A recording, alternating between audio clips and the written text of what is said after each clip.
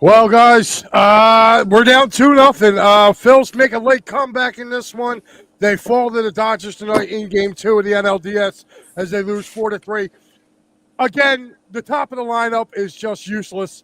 Um, Turner, Harper, Schwarber, useless. I know Trey got he knocked in a run tonight, but he's useless. Anytime these guys come up in a big spot, the top four, okay, of Turner, Harper, Schwarber, boom, they are useless. They are useless, Pat. I'm sorry. Again, they wasted a gem by Jesus Luzardo. The Dodgers put up 4 in the seventh inning, didn't score after that, and the Phillies were able to get 3 in the eighth and the ninth. But they fall short, and it looks like everything's going to play out come Wednesday. I don't see the Phillies coming back in this series.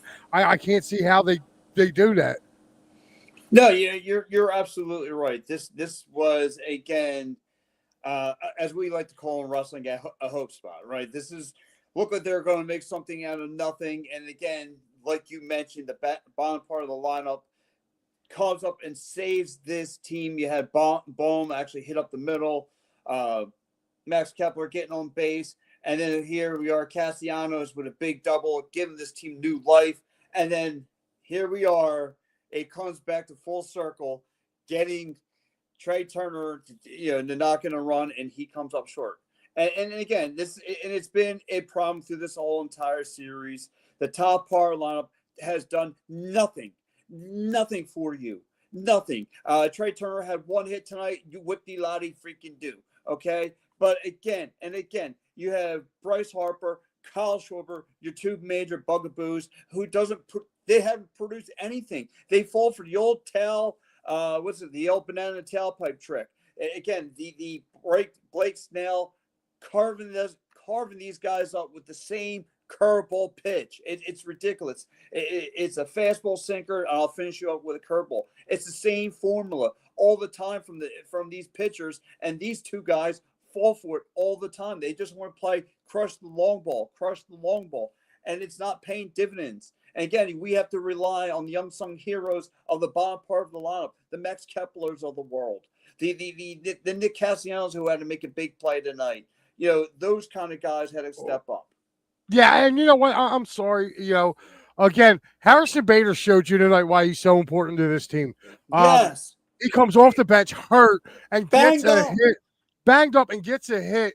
Okay, and I'm sorry if I'm Nick Castellanos, I'm not running on that bunt. Like, make that dude field it and throw him out. Like, to me, I'm sorry, Nick is not the fastest guy. You know, um, this team. I mean, they have a ticker problem, man. They don't have the heart to be a champion. They don't, and there's going to be some changes in the offseason. One of them I hope that goes is Alec Bohm. Why does Rob Thompson keep putting him in the 4-hole? He's not a 4-hole hitter. He's not. Okay? If you're going to put somebody in the 4-hole, I'm sorry, but even though Nick has not been playing as much, he's more in tune to be a 4-hole hitter than Bohm. Bohm has been horrible in this series. I'm sorry. Again, this is another series. He's come up small. Did he get the rally started in the ninth? Yeah. Little too much too late there.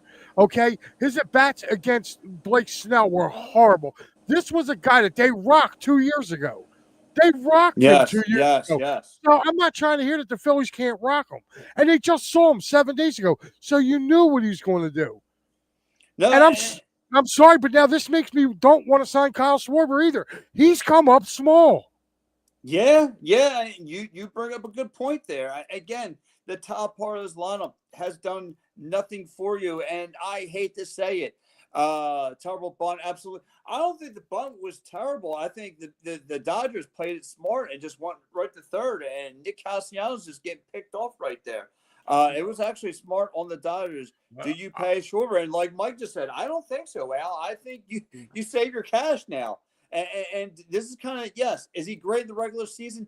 Absolutely great. But this is where you make your money. It's postseason time. And these guys, the top part of this lineup, has been they're your sphincter's tightened, the turtle's back in the shell, all that stuff, right, Mike? Yeah, but here's the thing though with that, Pat. When you're looking at it, like I feel it's more of a base running error on that Stott bunt than I do, it being on Bryson Stott. Stott did his job and got the bunt down. But Castellanos, you got to go as far. Listen, you got to look and take a look because guess what? The second baseman's running towards first on a bunt because he doesn't know which way it's going. You got to get out there as far as that shortstop is. You see that shortstop, or at least be one step behind him. And when he goes, you go. Like, there you go. Now, I mean, he's not going to be able to catch the ball and tag you if you're running when he runs. And Mike, and tonight, what was the bread and butter of this Phillies team last year? It was their ability to be aggressive in stealing bases, and they attempted one stolen once tonight. I thought Bryson Stott should have went.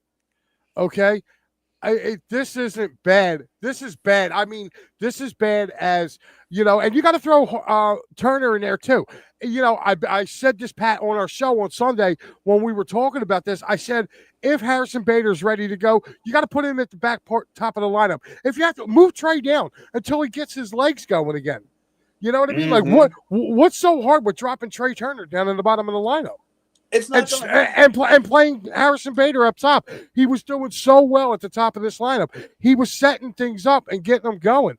Yeah, to me, again, you're going to have your naysayers, especially on this network. You're going to have guys like Matty going, well, they did it all year.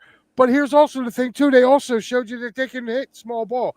Again, they didn't come up clutch when they had to. They didn't come up there cold again. And this is unexcusable. It's unexcusable. No, and you're right. And you know what you said? It kind of opened your eye. You got more production tonight from a banged up guy who wasn't supposed to even sniff the lineup tonight. It got in there to play the unsung hero role. You got more production out of Harrison Bader tonight than you did out of Kyle Schwarber. 2 for 3 with 2 strikeouts. I mean, this is horrible. I mean, 0 for 3 with 2 strikeouts. Excuse me. Again, why can't you drop down the big money man? I mean, this is painful to watch these guys. This is not how you're supposed to set the tone of a game. You need to get the guys who can get you on base. Now you're in desperation mode. You don't know. Yeah, and here's the thing, too. Here's another thing I got pissed off about, too, okay, with this game tonight. Topper makes a mention before the game that Aaron Nola and Ranger Suarez are available tonight. So why the hell are you going to Ryan Kirkering in that situation? Why are you, a guy who does not do well, coming in with runners on there, okay? Why do you go to him? And then you take him out and you bring Matt Strom in. I'm sorry. Throw in.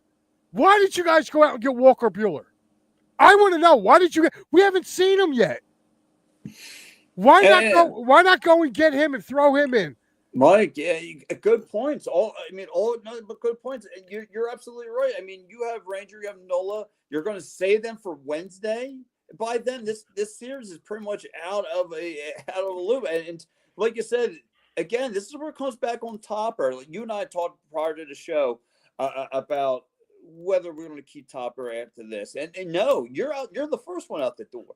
No, listen, if they don't get to the World Series, okay, and listen, they still do have a chance. I mean, we have seen teams come back from 2-0 in this, and the Phillies did play well when they were out in Los Angeles the last time. Yes. Now, what I felt like they kind of showed their hand with, honestly, the Dodgers, was they came here to try to get a 2-0 lead to try to go back because their bullpen, you saw once they took Snell out the game, they were atrocious. And I'm sorry, we helped their bullpen out a lot more tonight than their bullpen getting us out. You know what I mean? So yes, yeah, and you saw that too, Mike. You're absolutely right. Their bullpen, 8,070 Koufax is coming out of there. They're doable. You can hit off them. But the problem is when you have an offense just wants to swing at whatever comes across the plate. Well, there's a call to be aggressive. Then there's just a call to be smart. And again, they just weren't dialed in. And you got this kid Sheeran who looked like an ace out there, just throwing the same fastballs and sinkers top of the way. And here's this team just swinging at whatever. Yeah, I mean, I'm looking at this team and to me, I'm sorry. Like, they're so underperforming. Like, really, like, if I'm really going to move forward on this, yeah, I would let Kyle Schwarber go. Let him go. You can go out and literally, you can go out and get Pete Alonso. He can come play first base, and you can make Harper your DH. Yeah. Make Harper your DH, and you go get. If you're going to spend that type of money, I'd rather get a right-handed power hitter and put him in our lineup. Can you imagine Alonso in a Phillies uniform hitting at Citizens Bank Park? I mean, Oh my gosh, that would be great. I mean, Let, you would have to do that, but again, they're going to have to do all kinds of things to go over there. And you know what? You got to give the Dodgers credit. They jumped on this. I have a problem with Topper taking out Luzardo. You should have let him finish the inning. I don't think the Dodgers scored 4 runs. You let him finish that inning. And you're right. He jumped the gun a little bit on that one. He quickly pulled the trigger and you brought in Kickering, excuse me, into a mess, into a bases loaded situation that you knew that the train was bound to go off the track a little bit there, and it did. They went up 4-0, and they made their run right there. They put Philly into a hole. We got some Dodgers fans checking in. Hey, look, congratulations. Hey, bring them in. Yeah, congratulations. You guys deserve to win this game. He says Chavez Ravine will be rocking on Wednesday. Yeah, but the problem is, though, dude, half of those fans are going to be Phillies fans. Like, they're going to be Phillies. I guarantee you that thing's probably going to be half of that stadium's going to be half. It's going to be half Philly fans out there. I don't know. The Philly fans might be turning their plane tickets now. No, I don't know about guys from out here, but transplants that live in LA. Oh yeah. If you ever watch Phillies Dodgers when they go out there, dude, that stadium's like 50-50. Just remember back in 08 and 09 when we played the Dodgers, there was a ton. Speaking of Philly and LA transplant, let's talk about that Will Smith, because that's what was the dagger in this series so far. Will Smith came in and he rocked Orion Kickering tonight. That's what kind of got things started for this for the Dodgers. He thumped them in that sense. It's been a big play. It's because you know what though? I mean, it's like we can complain about the Phillies because really Mookie Betts ain't really doing nothing. Freddie Freeman ain't really doing nothing. It's the guys. Ohtani. Listen, their guys ain't really done nothing against the Phillies in this series. I think Betts had one hit. Betts had one hit. Kiki? I think Kiki had one hit in the last game. Like the guy who's killed us was Will Smith. No, Hernandez, Toscar Hernandez, the right fielder. He's killed us. But everybody else in that lineup, like Ohtani, hasn't done nothing. Ohtani's got one hit, in this series. So, people were saying, Las Vegas Raiders saying to be the champs, you got to beat the champs. Well, listen, dude, your team got healthy all at the right time. Your team's been banged up for a half a year. So, hey, I got to give you got to give the Dodgers their credit, but don't make it seem like they were running away with this game. I mean, Luzardo shut down 15, or was it 14 in a row or 15 in a row? He shut down. So it wasn't like the Dodgers were out there. This game didn't end 8-3. It was 4-3. Listen, your back part of the lineup showed up better than ours did. Okay, that's what it comes down to. Your guys sticking up. Guys like Will Smith, guys like I said, Munchie, Kiki, all those guys, and Ohtani only had one hit. Mookie Betts only had one hit tonight. Like you said, Hernandez had 2 hits tonight. Freddie Freeman went 1 for 4. Again, not a lot of offense from that top part of the lineup either. Like I said, you know what? Listen, celebrate your win. You're probably going to win the series on Wednesday, but I guarantee you, talk to me after you get past the Brewers. All right, let me know how that works out. Exactly, because I think they're like 0 forever against the Brewers. They didn't beat the Brewers yet this year. So, again, if they do, they do. I mean, you have to give them their kudos right now. I mean, they can pump their chest. As far as you saying the Dodgers are a better team, dude, the Phillies were 4-2 against the Dodgers this year going into. So now you guys are 4-4 against the Phillies. I mean, I'm not. This series is not over, but it's damn near close to being over. another thing too, LA Raider. I mean, you're beating up on a team that's just ice cold, and it's due to go off the track, and it's due to blow up. But listen, it's not over yet. So listen, keep watching. We're Yo, almost there. Wednesday night, you can join Matty B and Al, Raiders. Make sure you come in and let them know. You know what I mean? If you guys are the better team, then hey, then you're the better team. So I mean, uh, I'll be the first one. I'll look I'll be the first one. I'll go on our TikTok and salute the Dodgers for beating us. But even if you still do, we still own you in the playoffs. So I mean, that's only your second series win ever against the Phillies, 77, and it would be this year. So you gotta catch it. 78. So they would tie it after today. No, they didn't play him in. They didn't play him in 78. They played him 78, 77, 78, and okay. Yeah, 77. Oh, well, then, it's tied then. Yeah, because it's 2-2. So, no, then they would be up 3-2 then. It'd be 3-2. So, yeah, I keep forgetting that, man. I forgot about 78. I know 77 they beat us because that was the whole Black Friday Friday thing. Luzinski caught the ball and they said he trapped it. He says, Yamamoto, we're done. I'm not so sure on that. They went to Yamamoto the last, 2 games, and then he's got to go and pitch. I don't know. He said, Noom's checking in, said Dave Roberts did everything to lose that game.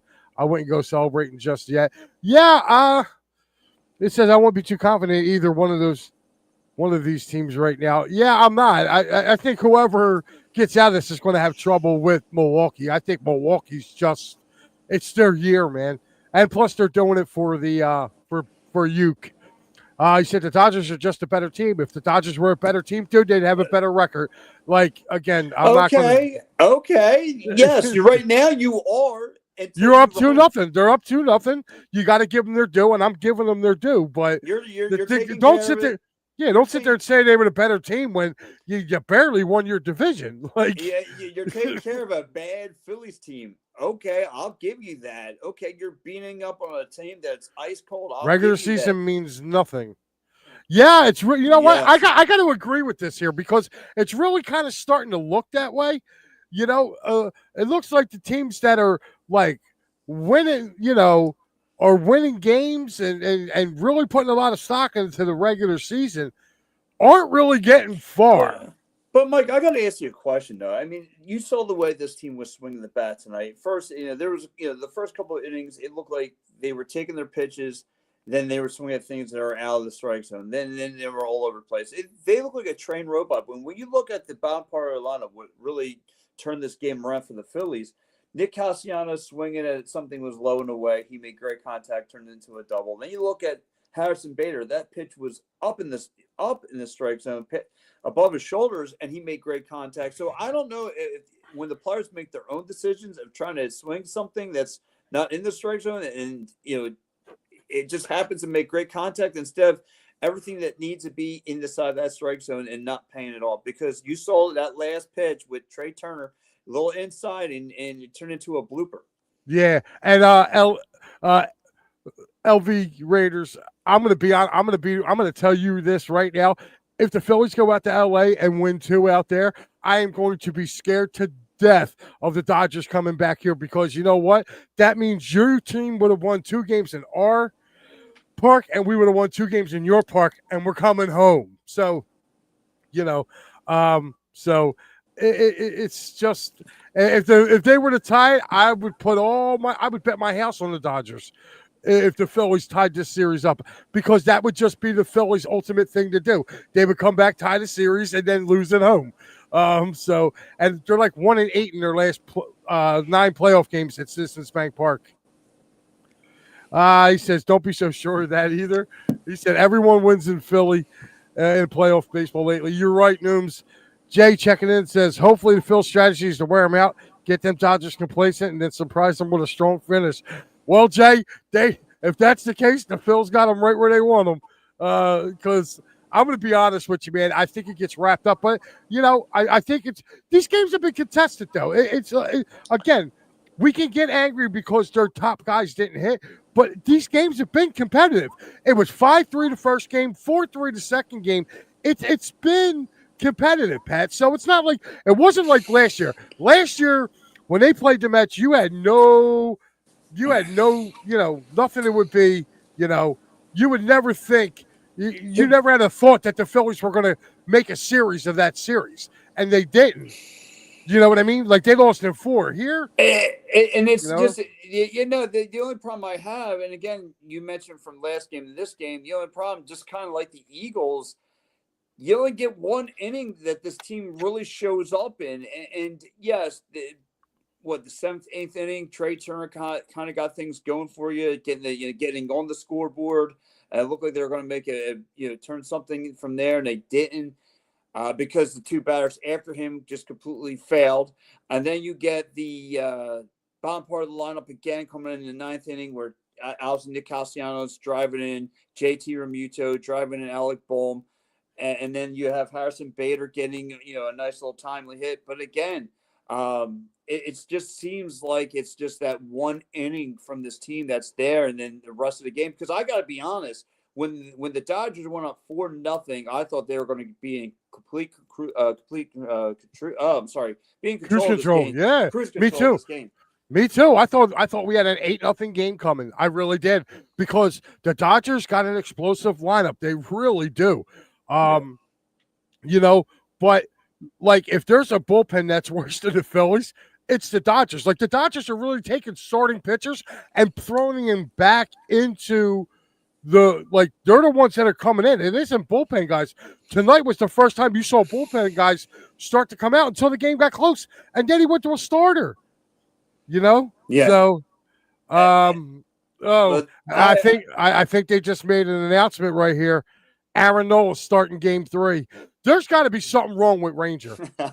No, I'm being serious. If he's starting, that means Ranger got because he took that line drive off his arm. But even still, like you said though, Mike. All right, so your Game 3 to me, this is desperate time now. Nola, Buehler, and you go from there, and then whatever you want. Yeah. That would be my 1-2 punch. Yep, they're my first 2 pitchers. And even if Nola goes 6 strong, guess what? Coming out for the 7th inning, you have Buehler going. Throw Buehler in that game. You know what I mean? So make sure you take a look. Listen, Raiders, he hasn't had a good year this year, man. He's given up a lot of home runs. Velocity's down. Yeah, his velocity's down. I think he was hurt and kind of curtailed off. So, but yeah, he hasn't had a good year for the Phillies. He's like, he's got double-digit losses. It's not very Aaron Nola-like with them. But Pat, I will say this, going forward with this, as we look ahead now to Game 3, it looks like Nooms is saying Nola's going to get the start. What is up with Ranger Suarez? You know what I mean? And like you just said it, he's deep down, he's dealing with an injury that's still not healed, or B, they're just not confident because his last couple startings haven't been that good either. Like this is really throw something at the dart and what do you think is going to work? I mean, this is really your last glimpse of hope. But again, I would go Nola, see what Nola could do, and if things get hairy by the 5th inning, then throw Buehler out there. Save Ranger if possible for a Game 4. I mean, that's going to be your only hope. And well, Game 4, if there is a Game 4, I think Sanchez would be ready to go. No, then yeah, you're right. You throw Sanchez because the Dodgers got Yamamoto going Game 3, and they got Glasnow going Game 4, and I'll take my chances with going against Glasnow because the Phillies done rocked him twice. They've seen him. Yeah. So, it's a big difference coming in and getting an inning. But, it's going to be a lot different now with him because he did throw in Game 1. So you would have basically it would be Sanchez versus him, and then you're looking at Ohtani versus Luzardo for Game 5. Like they're going with a 4-man rotation. The Phillies are only going to go with a 3. But Ranger, to me, I don't know. I just don't know what's up with him. For him to get skipped over this start for Loaiza, or for Luzardo, I mean, to me, I don't understand it. This right here, he said, I told you guys before they took Kopech and Yates out of the pen to put in Sheeran and Glasnow. Yeah, they put Sheeran and Glasnow in, but Sheeran is going to stay in the bullpen. Glasnow's got to make a start. So do you really think he's going to come in and pitch on Wednesday? I don't. You're not going to see Tyler Glass now. They're going to let him rest so he can go and pitch. This is why if you're going to start Aaron Nola, you got to have Walker Buehler ready. Like Yeah. if you see Noah starting to struggle, you got to have a quick hook with him. You got to have a quick hook with him and bring Walker Buehler in and settle it down. Mike, if you're Topper, how do you shake up this lineup and who goes well? What's your lineup 1 through 9? It all depends on the availability of Harrison Bader. If Bader is okay and he can play, he's my center fielder and he's leading off. He is leading off. Like I want him to lead off, and then if you're going to put Trey, put him second, put Harper third, and move Schwarber to fourth. Get Bohm the hell out of fourth.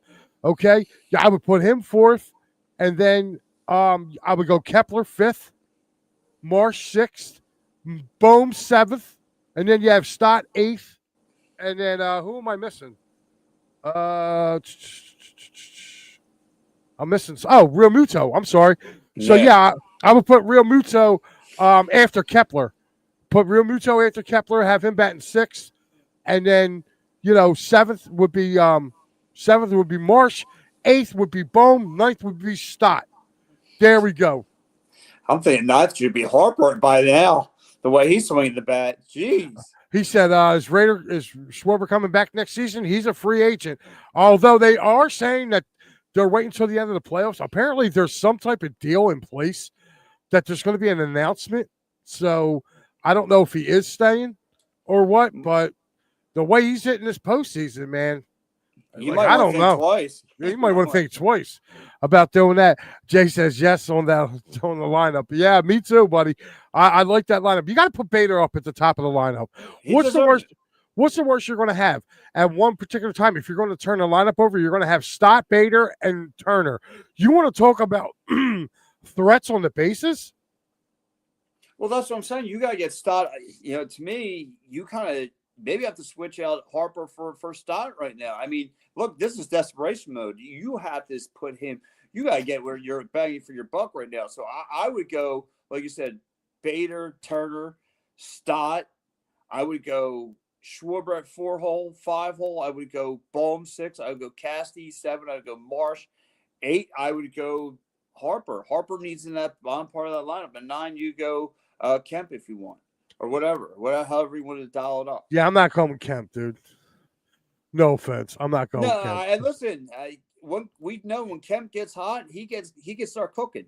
And again, this is no better time right now for him to get his playoff postseason. Get his little feet wet right here, right now. I'm telling you, I think Kemp would be A-okay. Just let him get some time behind that plate. The more he gets time up here and the more he's swinging, he'll be fine. Hey, guys, listen, though, this is for the radio identification. This is the Fighting Finals with the PM and the AM show. Mike, myself, guys, we still have another get-together going, but this time, next Wednesday, will be Al and Matt. We don't know if they're going to be able to do a show together without trying to strangle with one another. But regardless, we got a lot of good conversation to talk about. Guys, Phillies lose tonight. How do you feel? 4-3. Coming up short. I mean, fill us in with how you feel. Pour it into the comment section, whether you're on YouTube, Facebook, Twitter. Give It's a Wrap Sports a follow. We're coming up on a 1-year anniversary of the program.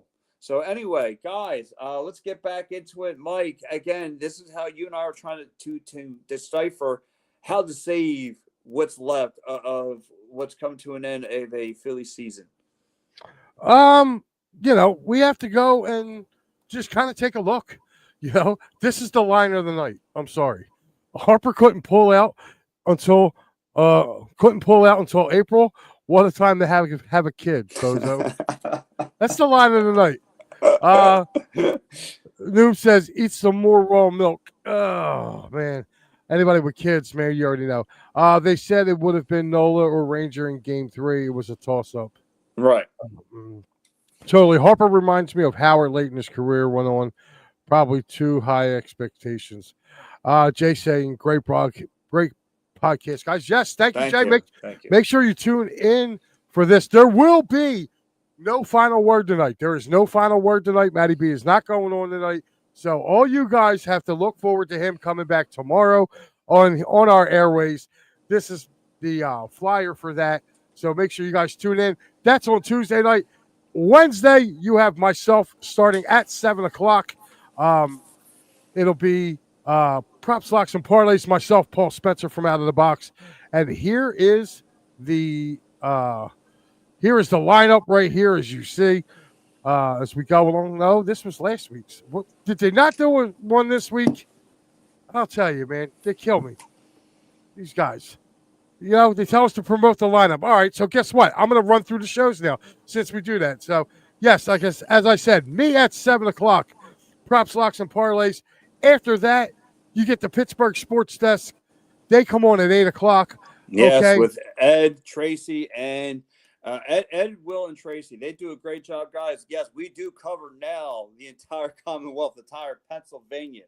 So, guys, make sure you subscribe to It's a Wrap Sports. Yes, and then we finish off.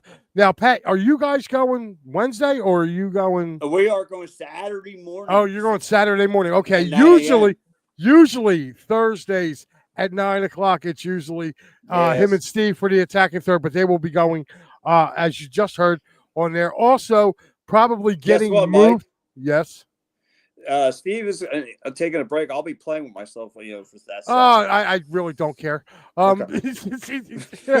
Anyway, Birds Blast with Kyle Quinn. I pretty much imagine that's probably going to get moved, so make sure you guys tune in and look for that as well.